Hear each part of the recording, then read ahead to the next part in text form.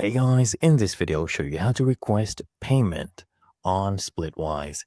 Well, the first thing I want you to do is launch up Splitwise and go to the group or activity you incurred this expense in. Let's say it was in London, this group right here.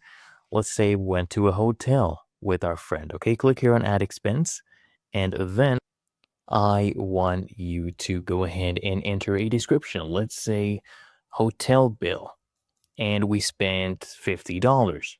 And we'll split this one equally. That is okay with me. Just come to the top right, click on done.